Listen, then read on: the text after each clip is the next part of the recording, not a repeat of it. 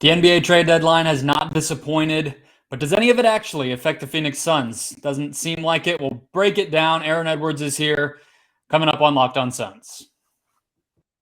You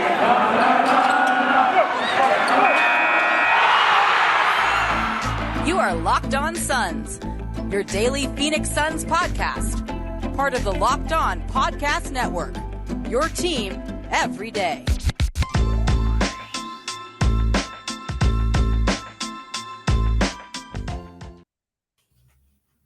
We are back. This is Locked On Phoenix Suns. We are part of the Locked On Podcast Network, and I'm your host, Brendon Kleen, contributor at Suns.com, as well as Dime Magazine, and a credentialed media member covering the Suns the past 5 seasons. Thank you for making Locked On Suns your first listen each and every day.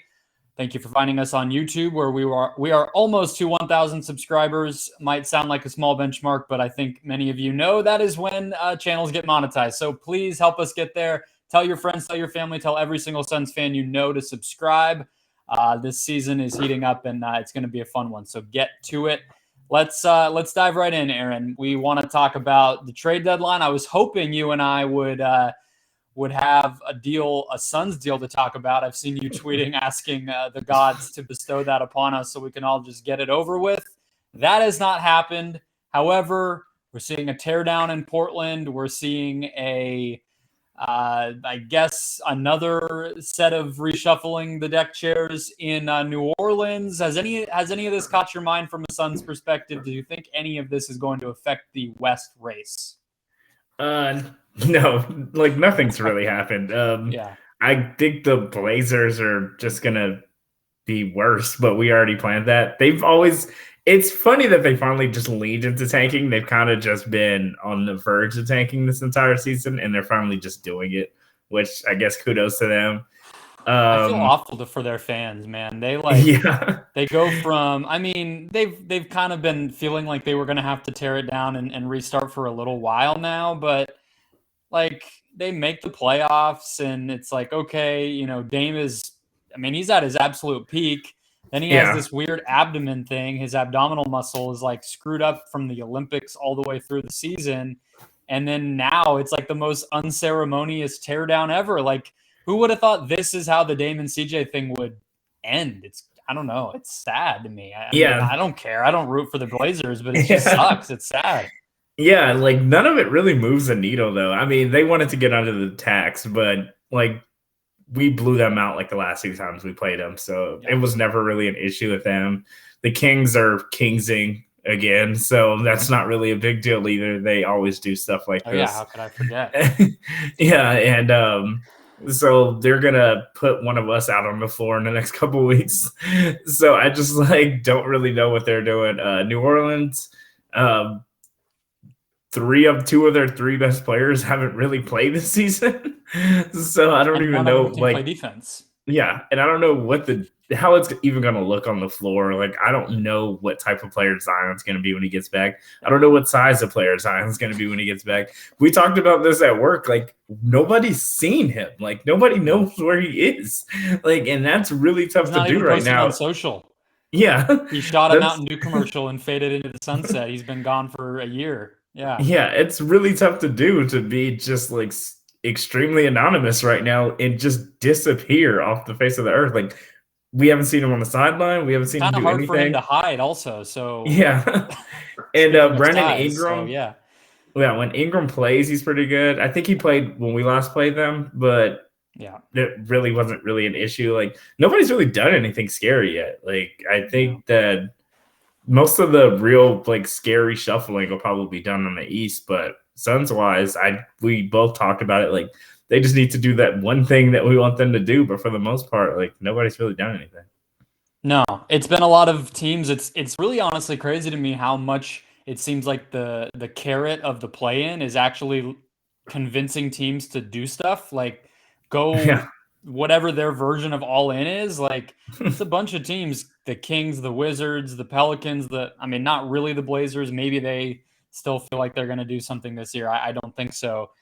But those are teams that are like the 10 seed is appealing to them in some way. Yeah. The fact that they get to be in the play-in is actually kind of seems to be getting the job done, making them competitive, making them try. But this is part of, I guess, where it comes into play. Like, which of the teams right now in that 7 to 12, 13 range would you least want to see in a first round matchup? Because we have the Lakers thing kind of imploding in real time. The Wolves look pretty scary. That's probably the obvious answer. But is Zion going to get back? Is Kawhi or PG going to get back? There's like a lot of questions. I don't know if any of them terrify me if I'm the Suns, but you also want to just get through that quickly. You don't want to worry about the team you're playing in that first round. Yeah, I think just the team that's building something that would be worrisome is the Clippers, I guess, because as we saw yesterday, the Suns, for a little bit, the Suns struggle with long teams, and they just got longer, and they got dudes that could switch on every possession, and teams like that worry me. But that's like about it. Like that's one of the only teams with lengthy, good defenders that can give the Suns problems that I wouldn't want to see too early. All right, that's a segue into one of the other things I wanted to ask you about, which is Shaquille O'Neal.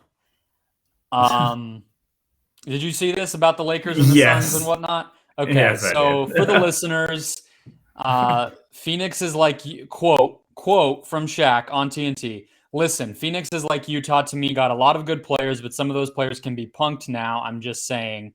Always a great way to broadcast TV to end your sentence with "I'm just saying." Very, very tip-top stuff from the big fundamental there. But oh, that's Tim Duncan's nickname. What am I doing?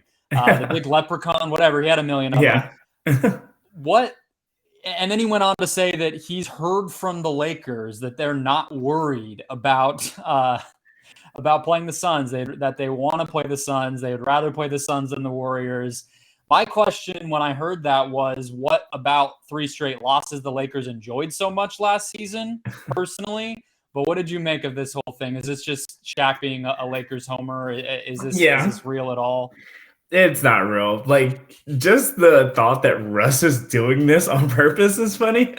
Like, he's just, his entire essence and way he's playing on the court right now is purposeful because he wants the Suns, and he's just going to be regular old Russ once he plays the Suns in the playoffs. It's hilarious. And like, there's nothing about them that worries me. Especially after what happened last night, even. It's just, they have a lot of other things to worry about than the first round against the number 1 seed.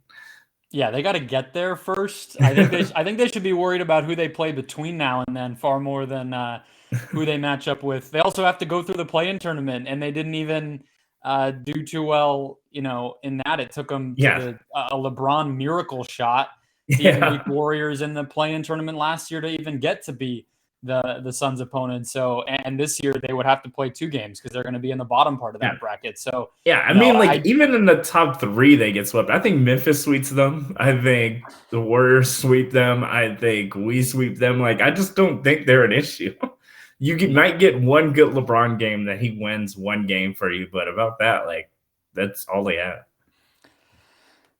It's almost not even worth humoring. I think we've done it enough justice. It is funny the way that the allegiances work and whatnot, because it's like, obviously Shaq played here, so I don't understand like why he has to take weird shots at the Suns on top of trying to support the Lakers. Like, just say, I've heard that the Lakers feel really comfortable with their playoff odds, or what. I don't know. It was weird. It was definitely just to get me and you and all the rest of the media to discuss it. So it worked. Shaq, you win again. Let's talk about another part of this, though, actually, Aaron, because I think it's a good conversation for us to have. It's something that I've been thinking about a lot, just in terms of appreciating this Suns season and trying to like really just like sit with that. But I also think it's relevant to the trade deadline. So let's get into that in just a sec. First, though, guys, BetOnline has you covered throughout 2022 with more props, odds, and lines than ever before as football wraps up its season and basketball hits its stretch run. BetOnline.net remains the best spot for all your sports scores, podcasts, and news this season. That's right. They have content now in addition to the odds that you've always gone to BetOnline for. And it's not just football. BetOnline has up-to-the-minute info on pro and college hoops, the NHL, boxing, UFC, and more. Real-time, live updates of current games, futures odds, all that good stuff. Don't wait to take advantage of all the amazing offers available throughout the year. BetOnline, where the game starts. All right, Aaron. So recapping these games over and over throughout the season, there's streaks and there's records and there's Book scoring a bunch of points and there's all that good stuff. Mikal Bridges developing and all that. But what I keep thinking about, and I don't even want to sound like, the old man who hates what basketball has become or anything, but like every single team in the NBA seem to hate each other and want everything around them to be different.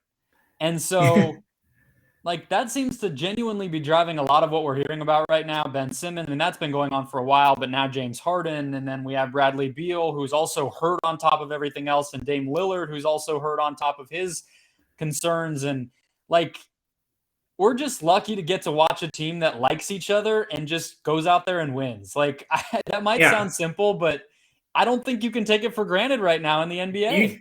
You can't. And I think like a lot of that comes from Book, honestly. Like you see all these star players and how he handled being on some very awful teams. He could have asked out a long time ago, and he stayed really Book low key and just did his job about it.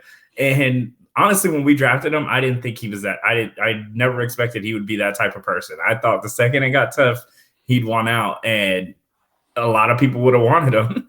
And he just really stuck it out and did his bid and didn't really fight or cry or do anything about it. And that rubs off on people. Like a lot of those dudes that are on the team now weren't here when he was struggling like that. And I think seeing a dude that's that good never really waver or cry about his situation makes people want to play with him. Totally. And it's, asking out or trying to change teams is one part of it. And obviously, getting DeAndre and Mikal when they did and kind of everything just building all at one time, led by Book, is a big reason for that. I mean, guys like Mikal are not necessarily big enough stars to want to change teams anyway. But the other part of it, too, is just like, I don't know, just the idea that the grass isn't always greener. Like, I think so much about Chris, and if you listen to that JJ Redick podcast that he did or watch it, whatever, he talked a lot about, and he's been open about it the whole time, those Thunder, that one Thunder season where it was kind of eye-opening to him, like kind of humbling in a way of like, not only am I human and I can get dumped by a team, right? But also like, I can lead those dudes too. Like I can make Dennis Schroeder and Shea Gilgeous-Alexander and Steven Adams into like a pretty frisky 4-seed or whatever they were. And I think he learned a lot that season. And now he came here and he's like, hey, I can be like a leader by example. I can find joy building other guys up rather than always having to be kind of on everybody. I mean, he's still on everybody. But it's like it's a different thing, I think, now. And you talk about Book, but I think the meshing of him and Chris, and then the role players just kind of being ready to like, whatever you guys want. Like, I just think, man, like what other team? I mean, Cleveland, but that's because it's pretty new. The Grizzlies, that's pretty new. The Warriors, it's like, well, it's easy to be happy when you have like 4 titles. There's just not a lot of situations when you look around the NBA where somebody isn't causing a problem or wanting to go somewhere or not fitting in or whatever. And you just don't see that here. Yeah, like Monty actually helps out a lot too. He's like a legit, actual good coach, and it's not like his assistants are doing the job or Chris Paul's like running the offense and just shrugging off what he's saying. Like he puts good schemes together on offense and defense, and he makes it really easy on his players. So I think Book went through a lot of coaches that I don't think were all that smart, and a lot of these dudes didn't have to be there for that. But I think like listening to Monty and Chris having played for him before, I think him getting all these guys together makes it really easy to even convince other people to come here. I think people were saying during All-Star break, like it's going to be like a recruiting thing. People get to see how Monty coaches and how positive he is and how good of a coach he is. And I think that like really wants people want to play for that and be around it. Yeah, if you're Monty, are you in LeBron's ear telling him ahead of time, hey, draft, or Chris probably. Hey, draft him, because we're going to want to have a little bit of a conversation during the course of the week. We have some plans we need to take care of here. Yeah, I think Book did that during the Olympics. Like the second he got there, JaVale was in the bag like the first week, it seemed like. And And I think like he knew going into that, like he knew that he needed a backup center more than anything. And that's probably the reason he didn't have a ring and he got it done. And I think like he's going to go in, he's going to be like, I need a guard that can score when me and Chris are sitting down. And I think he's going to attack that any chance that he gets. It was gold medal 1A, JaVale 1B for sure. Yeah. And he made both happen. And I think you're completely right. Well, I want to talk about the ring part of it because you brought that up. This is the part that I want to like avoid being too much of a homer about or too much in the bag of just like watching this team and enjoying it so much.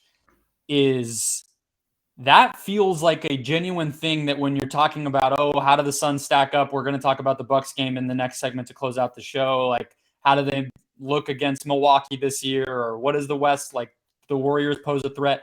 To me, that level of like buy-in and chemistry and whatnot, and the level they've taken it up to, I feel like you do have to count that as one of the reasons that they're better this season. It's not just JaVale or Cam Johnson getting better. Like, I think that matters. Do you think that matters?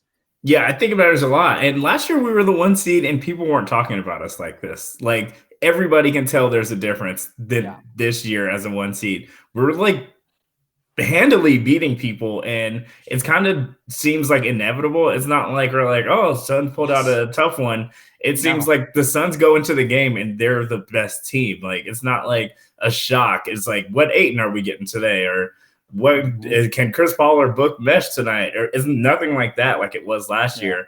It wasn't this team like figuring it out. Like this year, it feels like they're just better this year, and people can tell. Like JJ Watt said, yeah. It's so cool. And yeah, I mean, like last night's a perfect example. The Suns had no business winning that game. You look at like I was looking at the box score, just like pulled it back up to have it out when I was doing the recap show last night, and I'm like, nothing about these numbers makes me think the Suns would have been the winner of this game. You had Embiid and Harris go for like 65 points combined. The Suns got nothing from Cam Johnson and Jay Crowder combined. And yet it's like the fourth quarter rolls around and we're like, all of us watching that game, we're like, yeah, here it goes. Yeah. And it was to happen. And last year, a back-to-back like that, after a Bulls game that shouldn't have been that close, and just like the Atlanta game and just like this trip, I think last year we would have probably dropped 2, more than likely, because a team figuring themselves out can't pull out a win like they did yesterday. And I think they're just so comfortable with each other now, and they know what they need and when they need it, that's what shows in their clutch game. Like they know exactly what they need in the clutch in those last 5 minutes. And that's a really big thing you need when possessions get shorter in the playoffs. And I think I went on a rant about this yesterday on the show too. It's like the Ayton thing, the Sabonis Ayton stuff never made any sense. I don't understand any of that at all. But even aside from that, which probably was never real in the first place, is any idea that I ever had, maybe like at the beginning of the season of like, oh, well, Jay Crowder, he's about to be an expiring contract. He's older. Maybe they trade him, or, like, well, Cam Johnson, like, are you going to extend him, or maybe you deal him? All that's out the window because this team has such a clear opportunity to go win a title. And again, that piece of them getting along is part of why they have that chance. Like you cannot jeopardize any of that right now. Yeah, and even with like the Ayton thing really had potential to like derail just like the chemistry of like the whole team. Like he could have came in and sulked. But I think when you have somebody like Chris Paul, and I hate like pulling like the leader thing, but having somebody like Chris Paul and Monty, which they're not the dudes cutting the check. So I think it's easy for him to talk to them about it because it's just like, we go out and win one, you're getting paid a lot of money because it's going to force them to. And I think they both like really helped him get through it without having him like really sulk around all season. Like he really could have, watching a bunch of dudes that he got drafted with get paid a lot of money last year. Yeah, and again, to refer back to that JJ Redick podcast, it was another opportunity for Chris to talk about. I think Redick asked him about the aftermath of losing, and when I listen to those guys talk about it, like I'm sure they're not telling us everything about how much it hurt afterward, but I do believe them when they say it was a couple weeks max, and then it was like, all right, we'll do it in 12 months, like and I think that drives you too, like. we can let this stuff bother us, or we can go check the standings and see how much better we are than everybody and keep that up. And I think that's just kind of where they are. But no, I think that's been the thing I've kind of been coming back to with the trade deadline stuff is like, they're not going to make a move to rock the boat.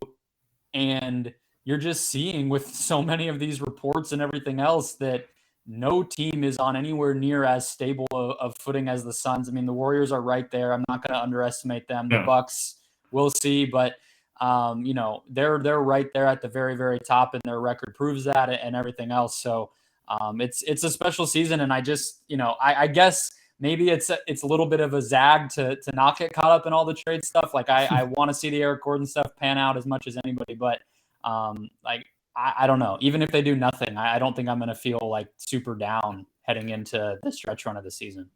Yeah, nobody here is really, in the West is really doing anything to make them ahead above the Suns. Like nobody's making themselves that much better. If anything, everybody's making themselves a little worse except the Clippers.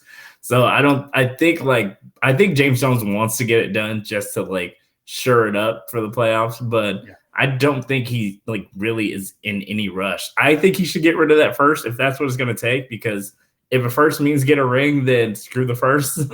But I just think like if he really, really needs to get it done, he'll get it done. Yeah, no, completely agreed. I think I've said it a couple times now.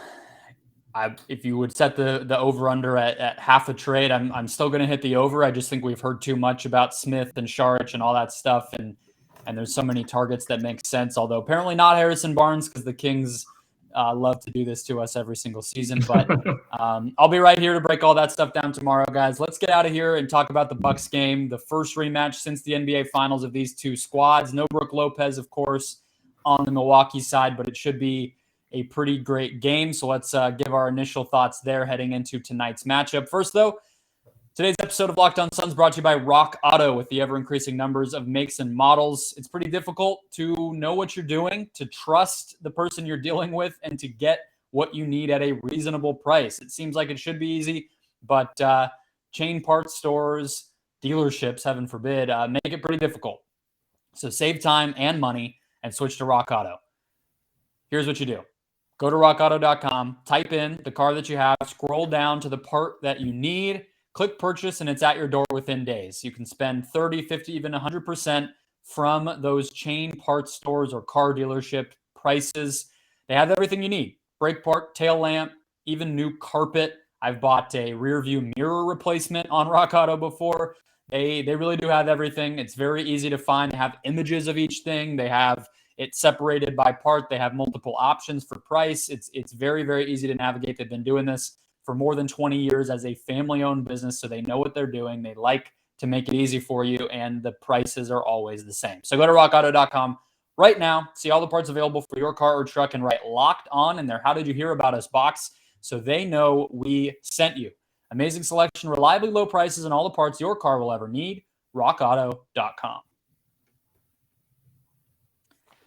All right, the Suns have lost 4 straight to the Milwaukee Bucks, which is a sad way to introduce this, but it's the truth. We all know where those games took place last summer, of course, the NBA Finals. Everybody remembers, but this is the first time they've played since, and it's an interesting moment to have it happen because it is so far into the season. But it's also nice because it's close to the end of the season, so it's a good kind of checkpoint game as we've been talking about all year. Aaron, what are you watching for? What are you thinking about? What kind of matchups are interesting to you as we head into this game?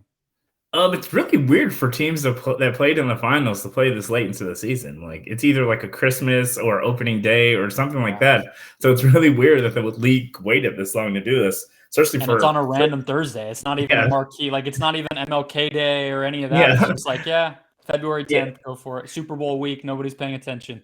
Play. Yeah. Like I just know, I think like we talked about, last year and just like the ringless thing. I think Book is he's trying to play it cool, but I think he flew to the Olympics with them for a reason. I think he didn't have to do that. I think he's just been stewing over this. He wanted to see them celebrate. He wanted to be around them after they won the ring. And I think that he's been thinking about Drew Holiday really got him pretty good last year. And I think that he's going to come out pretty quick. And I think Chris Paul, he had to have wrist surgery right after. So I think they want to prove that they can still belong. But at the same time, Giannis is amazing now. He is stepped it up even to a higher level. So I think it's going to be a real defensive test, especially for Ayton, because I think the pressure's a little bit off of him now, because I think the foul situation was such a big deal with him that he knew that he had to stay in the game, or Frank Kaminsky was coming in, or Torrey Craig was coming in, and they were going to have to guard Giannis. And I think the pressure's a little bit off now, having Biyombo and McGee and bodies to finally throw at him. So I think just the Suns having bodies to throw at Giannis is going to help, maybe not tire him out, but slow him down at least a little bit. And that might just help a lot more than having dudes that weren't great defenders at the same time as being too small. That's just something you really can't beat Giannis with. No, that's exactly where I was going to go. I mean, it's the basic one, but it's the most interesting one. I don't think the Suns got JaVale McGee and Bismack Biyombo just because of Giannis, but it's definitely one of the matchups you're going to circle when you look at your center depth and want it to make an impact. And the biggest question that I have, and I've kind of brought it up a couple times because this has been an interesting week for JaVale in general, to go Vucevic, Embiid, Giannis. I mean, those are guys that are all bigger and stronger than him and are kind of testing how, I don't want to say scrawny, look at me, but, he's a thinner center and those are tests for him. So can he actually be the guy to guard Giannis? Is that actually a thing he can do, or is that just what we slotted him in as because he's better at it theoretically than Frank is, can he actually get that job done? I don't know if he'll even have to. It is the regular season. These guys aren't going to play, finals level minutes. Yeah. But if Ayton gets into foul trouble, what do they do? I actually don't think it's crazy to think that Biyombo could be somewhat of a better matchup potentially against Giannis because he's a little smaller. He's not as... He can move a little bit maybe with him more. Or Wainwright even. Wainwright is strong and he moves his feet. I think we want to say that they didn't do this specifically for Giannis, but I think in the back of their heads, every person that we've picked up to this point has been with Giannis on the line.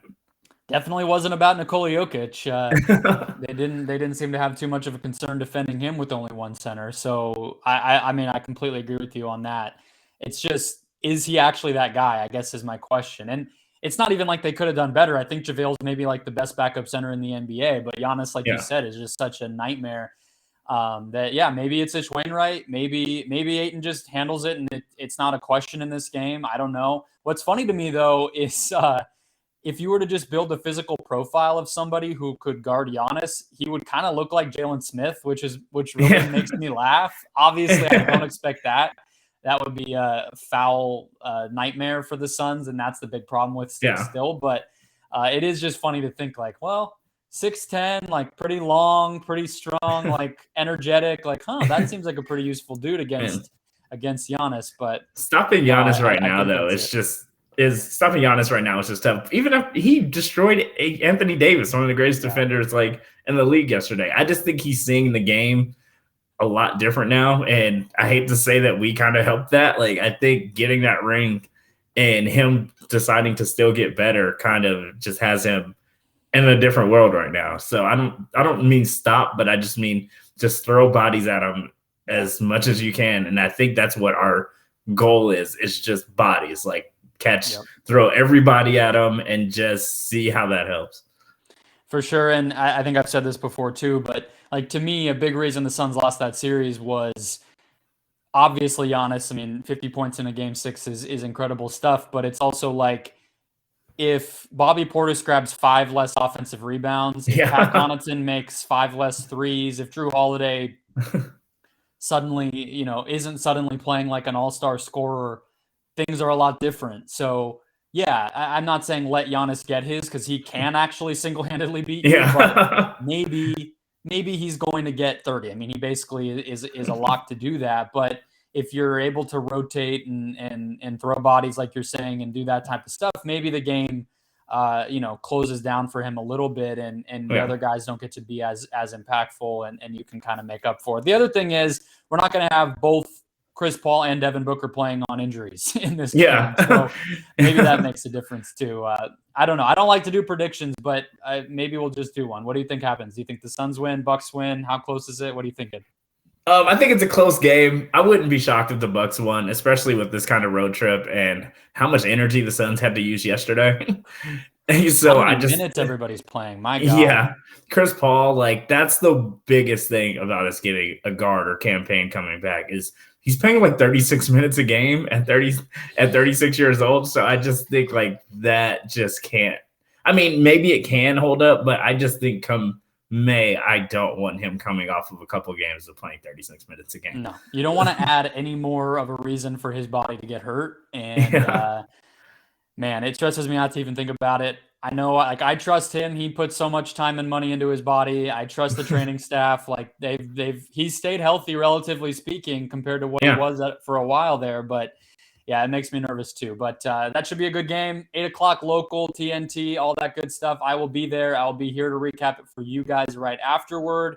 He is Aaron Edwards. You can check him out at All Caps NBA on the Take Line YouTube channel with Jason Concepcion over there. They do great work. Subscribe to that channel. Support Aaron.